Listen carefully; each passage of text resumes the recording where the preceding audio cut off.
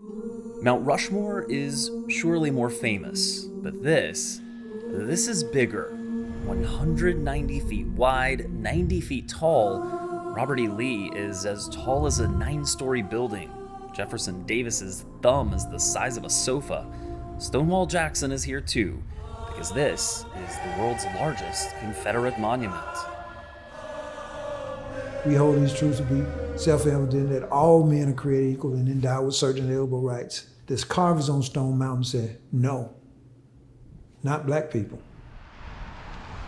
At 100 Robert E. Lee Boulevard in the shadow of Atlanta is Georgia's most visited tourist attraction. This massive Confederate carving was not made in Civil War days, nope.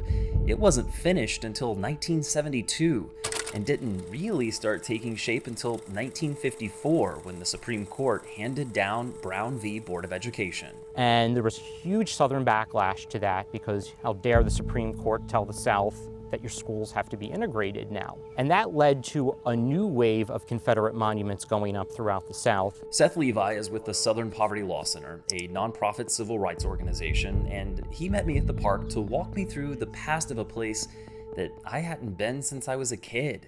I am at Stone Mountain in the middle of the day on a weekday, but on a summertime weekend night, this place is packed with people bringing their whole family here to see fireworks and lasers light up the side of the mountain. And those are the memories that I have as a kid coming to Stone Mountain because I loved seeing the laser show. It wasn't until I was an adult that I realized what this place is, and only very recently did I begin looking into Stone Mountain's history. A dark history. This is sacred ground for the Ku Klux Klan. On November 25th, 1915, a group of about a dozen men who were inspired by Birth of a Nation came out here to Stone Mountain. And with them was the owner of Stone Mountain, Sam Venable. And they went up to the top of Stone Mountain and they burned a cross. And that event is what helped launch the second iteration of the Ku Klux Klan. And from that point on, for the remainder of the 20th century, Stone Mountain served as a rally ground for the Klan. For the next 50 years, there was an annual cross burning here every Labor Day. I found a photo of the Klan gathering at Stone Mountain as recently as 1989. In 2015, a small group still brought Confederate flags to the mountaintop. So yeah, for some, Stone Mountain stands as a symbol of hate, a symbol of a painful history. What those monuments are, some people think, well, you're insulted by the monuments. No. I'm terrorized by those monuments because they encourage people to be violent and to be disrespectful and to be oppressive against people of color. Richard Rose is a longtime civil rights activist and president of Atlanta's NAACP. He wants Stone Mountain erased, and he's not alone. No hate, no fear. Protests over the years, some very recently, Black Lives Matter. have all called for the end of this Confederate shrine. But that's not an easy fight in the South. Just ask people visiting the park. It would be almost an act of war to destroy such a beautiful piece of our ancestry, our history. What do you say, though, to people who look at this and just see pain? They're like, these people fought to keep slavery. They better go back and read their history. People need to be What do you mean? thankful the right side won. That response is common and can be traced to the United Daughters of the Confederacy. I asked them for an interview, they didn't reply, and the UDC's efforts to rewrite history probably deserve an entirely separate story. But for now, just know that they worked to persuade folks that the Civil War was not about slavery. The UDC also built a bunch of Confederate monuments all across the US. In fact, America recently had some 1,800 Confederate monuments across 31 states and DC. The Confederacy was never more than 11 states. You know, our argument is that one, that this isn't history, that this was part of a propaganda campaign. By getting rid of it, it's not like we're never going to have a conversation about the Civil War again. But what we're not going to have is the largest stone relief in the world that honors traitors who fought to preserve the institution of slavery. That brings us to Georgia's state flag. Today, it looks like this, still a nod to the original Confederate Stars and Bars flag. And in 1956, state lawmakers had added the Confederate stainless banner to Georgia's flag. In 2001, outrage led to its removal from the flag, but even that came at a price. This language got tucked into the same legislation. The memorial to the heroes of the Confederate States of America graven upon the face of Stone Mountain shall never be altered, removed, concealed, or obscured in any fashion, and shall be preserved and protected for all time.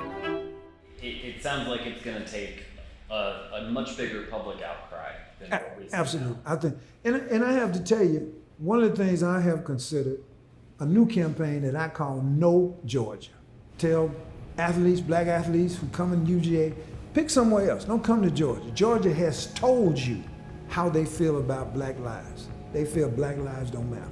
The Atlanta NAACP is still formalizing its plans for a No Georgia boycott, but says it will encourage broad boycotts on tourism, athletics, and business in the state of Georgia until these Confederate symbols come down.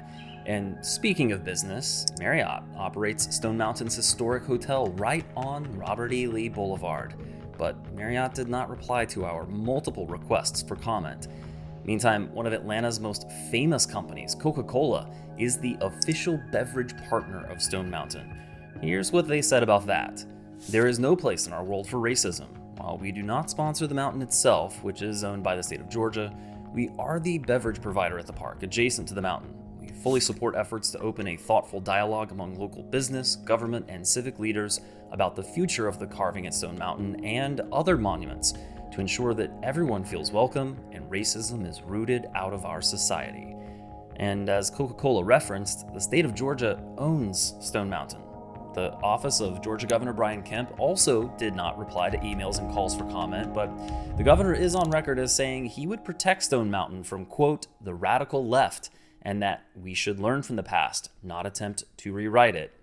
Now, there is legislation introduced by Georgia Democrat Shelley Hutchinson to bring down any Confederate monuments or tributes on state property, but the Republican leaders of Georgia's Senate and House also did not reply to my questions about that legislation. All of their contact information can be found at georgia.gov. So, what is next for the world's largest Confederate monument?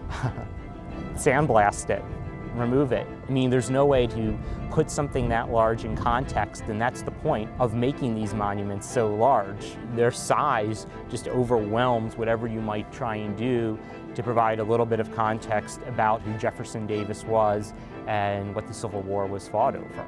In fact, it's easy, I think. First you can change the names of the streets. They got Robert E. Lee Boulevard. You can start there. But I've talked to some masonry experts, and they believe they can cover those carvings to make it look just like the mountain it was, for somewhere between $800,000 and $1 million. And I am committed for the rest of my life to fix this for the generations to come. Hey y'all, Chase Cain here. Thanks for checking out the NBCLX YouTube channel. For more videos, you can click up here and be sure to click subscribe over here to join the NBCLX community.